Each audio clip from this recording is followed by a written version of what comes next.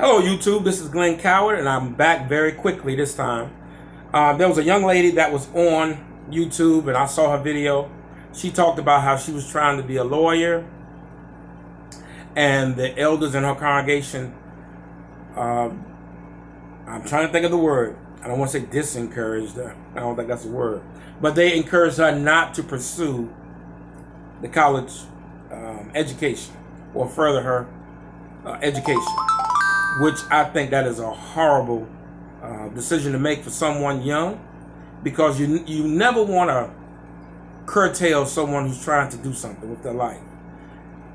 If the religion is supposedly the truth, then this person will stay that way. You know, if he understands or she understands the importance of serving Jehovah, then of course they will not venture, to do something else. So I never understood why the society wanted everybody to be maintenance men, utility men, garbage men. Nothing against those careers, but everybody is not going to be a handyman. Everybody is not going to be a pioneer. Many people, a lot of people don't want to do that. Not to say that their love for God is any worse than this other person. But if a person wants to be a sports star, lawyer, doctor, anything, music, whatever career path they choose, they should achieve that or strive to achieve it. And I never understood why the society said, hey, that's being part of the world. Well, when you're working, like I work every day, and most people work every day, you're dealing with the world. There are choices that you have to make no matter where you're at. You can be a garbage man. You can be a doctor. You're going to still have things that are going to come up in life. People are going to still offer you drugs. It might be for the garbage man. It might be crack.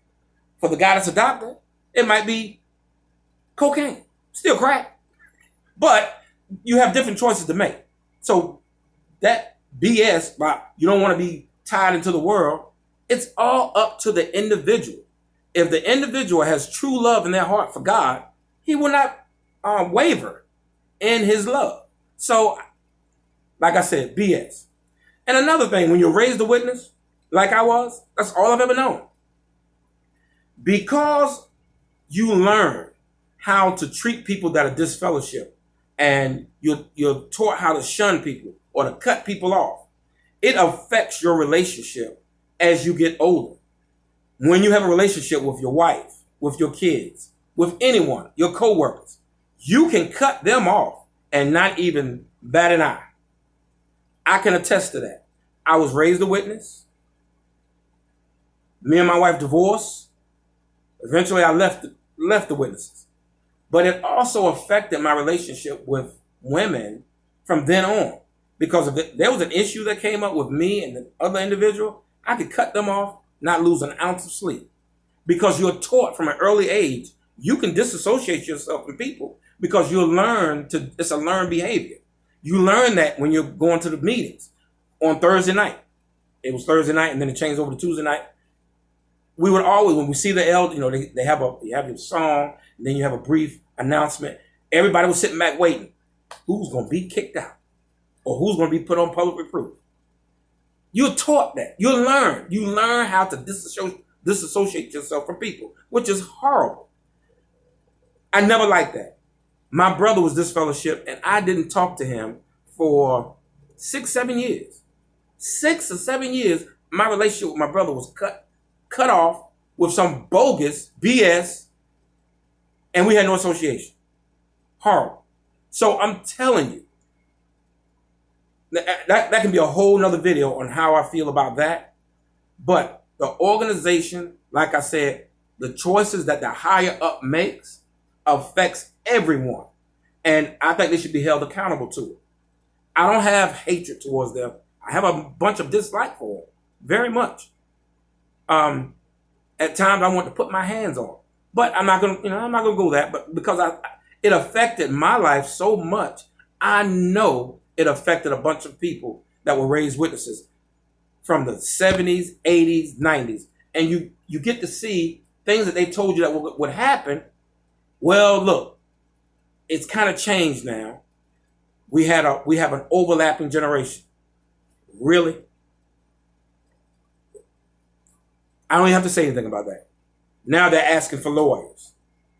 Now they want legal help. I'm trying not to curse. Trying my best not to curse. But what they do to people is horrible. Like I said, it affects your relationships. And I'm sure a bunch of y'all can attest to it. Whether they be a female or a male, it directly affects how you treat people later on in life. And that's a learned behavior that is horrible. And for the witnesses to do that, when they first started out, or not first started out, in the 40s and 50s, early 50s, they said the excommunication, or basically disfellowshipping people, was a pagan thing to do. Now, how do you take something pagan and make it scriptural now? I wish I had known that, when I was 15, 16 years old, that they taught that at one time. But the internet has helped. It's brought out stuff. It's taken the wool off of people's eyes so people can see. Like I said, if you agree with my comments or if you can relate to it, please let me know. I would like to contact you. I would like to go back and forth with you on things that you've noticed within the organization. And these could be people that are what is called PIMO, physically in, mentally out. I'm not going to rat on you, but it would be nice to know how you feel about what I just said. Like I said, most people that are Jehovah's Witnesses, for the most part, are very good people. But the ones that are making the decisions, like I said, Lloyd Evans, the critical thinkers, I guess they will be classified as apostates. But the things that they bring out, when I first saw those particular items, I was like, man, I wonder what the society is going to say about that. I'm like, man, something they're saying, it can't be right. But we're going to use Lloyd Evans for instance. When he made a video when he showed one of the governing body in a store buying liquor, and some expensive liquor. And it wasn't one bottle. It was a bunch of bottles. Then he shows a video of a cartoon video of a witness declining to buy ice cream, a little girl, because she wanted to contribute to the society. If that ain't some BS, I don't know what else is. Tell me what you think. Until next time, peace.